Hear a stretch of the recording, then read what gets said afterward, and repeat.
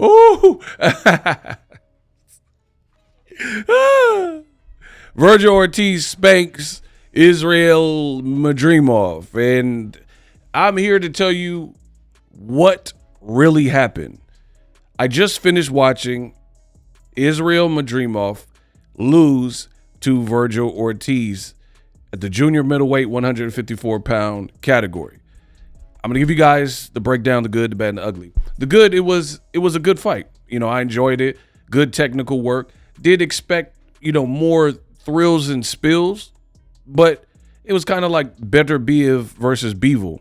Both guys, the first fight, both guys were strategizing, trying to make it do what it do. So me as a student of the game and a connoisseur of fine boxing, the sweet science, I enjoyed it. It was a solid fight, right?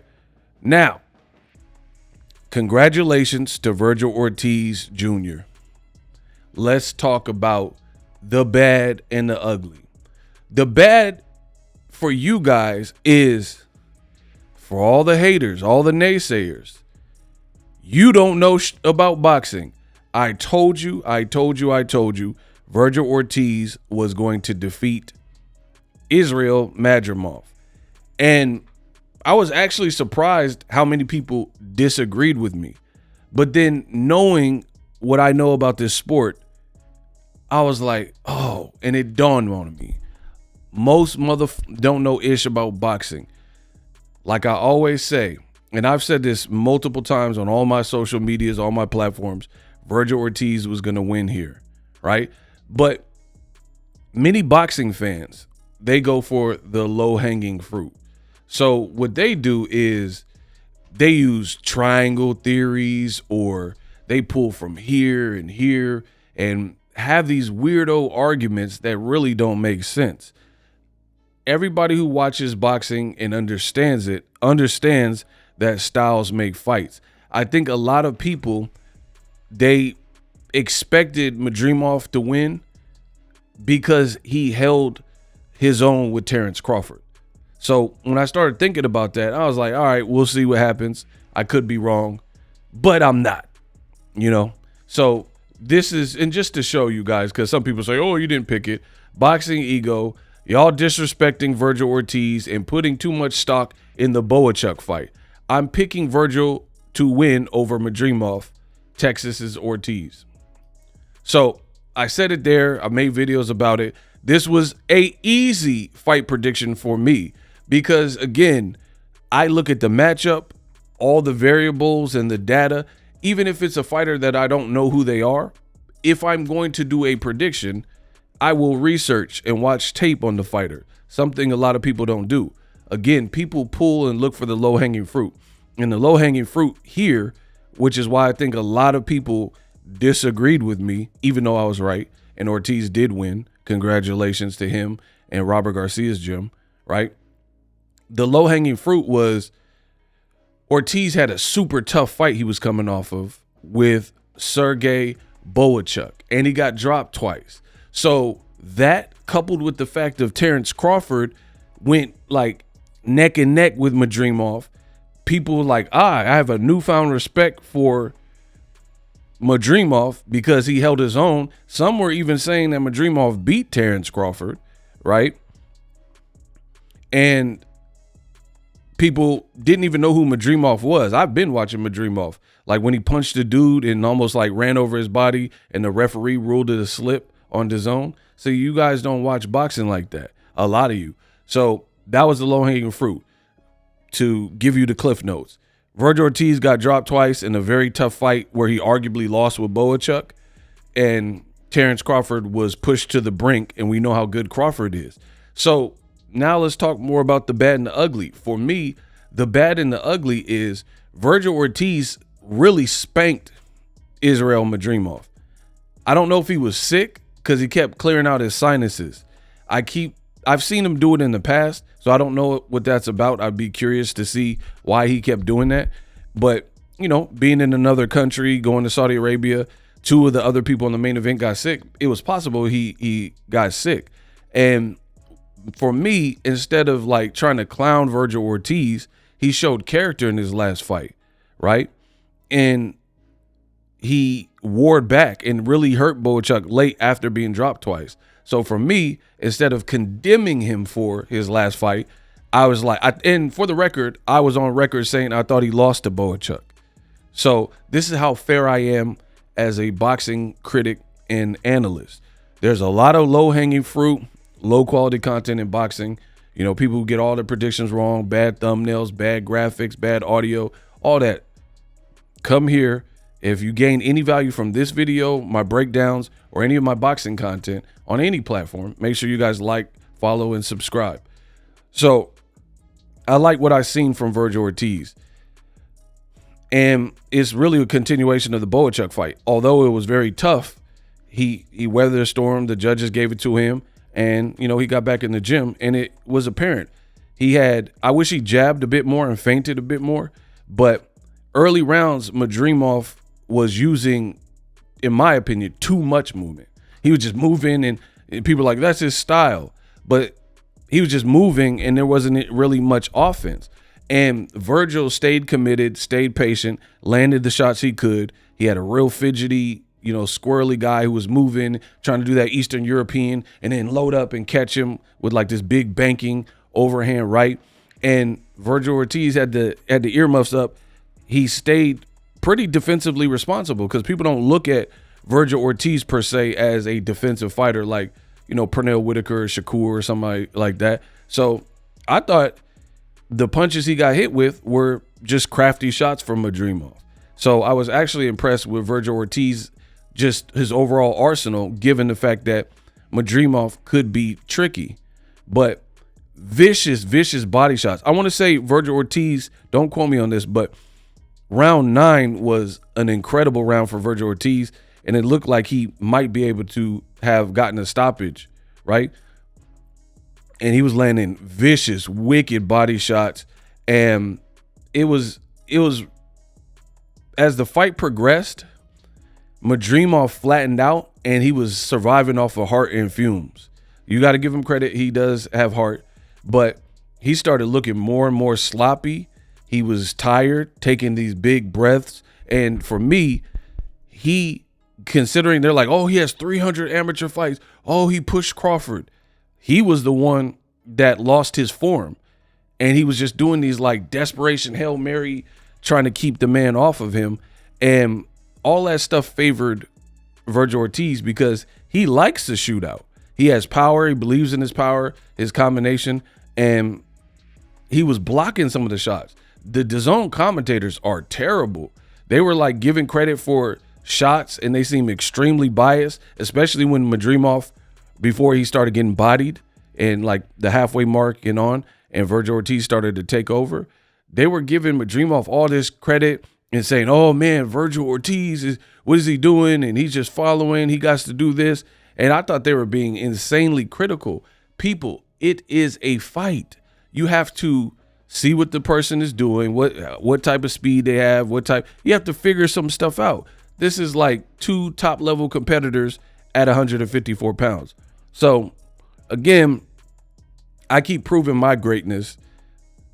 This was an easy prediction for me. Styles make fight. But you guys got gassed because Terence Crawford moved up in weight, and, you know, he didn't get the stoppage and didn't look like Superman, and he looked more vulnerable and human. But for me, no. Vergil Ortiz, he beat Madrimov more convincingly than Crawford. So for Crawford, the win ages kind of bad. And now he's supposed to go up to fight Canelo at 168. But you look at this, the reason I'm saying the win for Crawford, because I get it was your first fight, but you're supposed to be, you know, pound for pound #1 in the unicorn and the strongest man on earth. And Madrimov wasn't fleeing from Crawford. So that makes me really question the true power. We know Crawford has power, but given the fact that he started off at 35 or whatever, I don't think the power is what some people are thinking. He's strong. There's a difference between strong and like brute force, single punch power. And Madrimov looked more comfortable versus Crawford, you know, throughout most of the fight. But versus Vergil Ortiz, he almost looked like a fish out of water.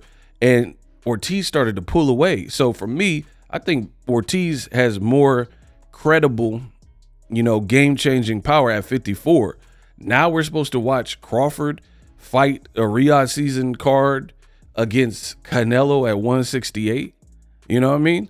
So congrats to Ortiz. I was very impressed with his conduct, and good cornering advice from Robert Garcia. They stuck to the game plan. Ortiz said post-fight, I like the fight. So we knew this guy's coming to win. He's tricky. We sparred him before. My team told me to, just stay mission focused. And he said I didn't want to get too excited and overzealous, and he didn't. And he was boxing. There was moments where he would just like shake out, box, jab. And I was like, okay, Ortiz, okay. And meanwhile, the DAZN commentators, especially early on, they seem like they have their favorites, and it was Madrimov. The referee did a good job. That's another good thing.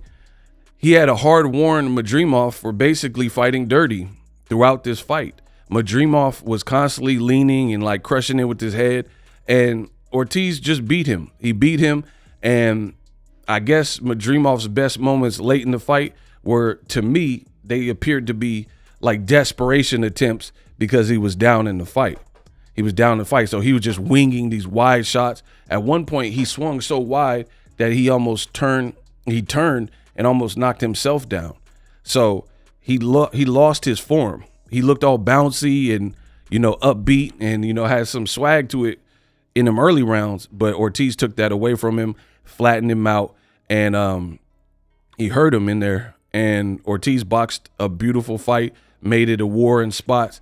And if Madrimov didn't do so much early movement, then I think Vergil probably could have got a late stoppage by investing in the body more. But Madrimov, all he was doing in the first at least 3 rounds or so was unnecessary movement. And if you're doing it natural, it's very hard to maintain that for 12 solid rounds at an elite level. And you're getting punched in the body, punched in the head. So very impressive stuff by Vergil Ortiz. Now, on top of me getting my fight prediction right, because I'm the best in the business and it's not even close, my accuracy rating is chef's kiss. The other thing I got right here was I distinctly remember, and I told you guys at the beginning of the year, you better hope I get this stuff wrong, because you guys say I'm wrong and I don't know boxing, I don't know my sport, blase blah, right? So I got to gloat and talk my talk. The other thing is, on top of the Crawford fight, remember Sergey Boachuk was supposed to fight against Israil Madrimov, right? And then they replaced it with this Ishmael Davis guy, right? But initially, Israil Madrimov was supposed to fight Boachuk, and this is the flyer. He was on the co-main to Fury Usyk rematch December 21st, right? So keep up with me. I, knowing the sport of boxing, told you guys that was a foolish idea from Riyadh season to have a man in a scheduled tough fight on paper, because Boachuk is big, he can fight. He showed he's durable with Vergil Ortiz and in the Brian Mendoza fight, and he learned a lot since his sole loss with Brandon Adams. So how is Madrimov, because you guys said I was wrong, how is Madrimov going to fight December 21st and then allegedly beat Boachuk, which is not a given the fact that Boachuk's really good, right? And then go on and pretty much get into another training camp and be ready to fight February 22nd. I told you it was stupid, because they initially Riyadh season said, oh, Madrimov, he's fighting in both of those still. Nothing's changed. And I'm like, this is crazy. Just like bringing in Bacoli the day of the fight, he get in the fight at 2 a.m. the day of the fight. All these moves show a lack of experience, right? And I preached this, and I said, how is Madrimov going to fight so close to close or so back to back with these 2 tough fights? And you guys like, man, he could do it. He's a throwback fighter. All right. Ortiz just beat the brakes off of him, even more so than Crawford. So imagine if he would have fought Boachuk first. First of all, he would have to beat him, and he could have got upset there. But even if he did beat Boachuk, Boachuk's not going to go out like no sucker, I can't imagine. So he would have had more mileage on him, and he would enter the fight with Ortiz in a weakened state. They end up pulling him, and they said he was sick or had strep throat, so it didn't ultimately matter. But I'm going off of what they said was going to happen and the pushback that I got for saying that was a dumb move. You guys are like, man, more fighters need to do this. You're not realistic at all. That would have been foolish for Madrimov to go to back-to-back wars. Because even if he got past Boachuk, which is not an easy fight, then you would have entered, you had no time to rest, and you would have entered the Ortiz compromised, in my honest opinion. So good scrap. Congratulations to Team Robert Garcia and Vergil Ortiz. It's going to be hard for Shakur Stevenson to live up to some of these fights, like the Caleb Smith fight, Buatsi, and the Vergil Ortiz Madrimov fight versus an electrician. But let me know what you guys think. Congrats again to Vergil Ortiz, Madrimov. I don't even know where he goes from here. He's on 2 back-to-back losses, but we'll talk about that later. Again, if you gained any value from this video,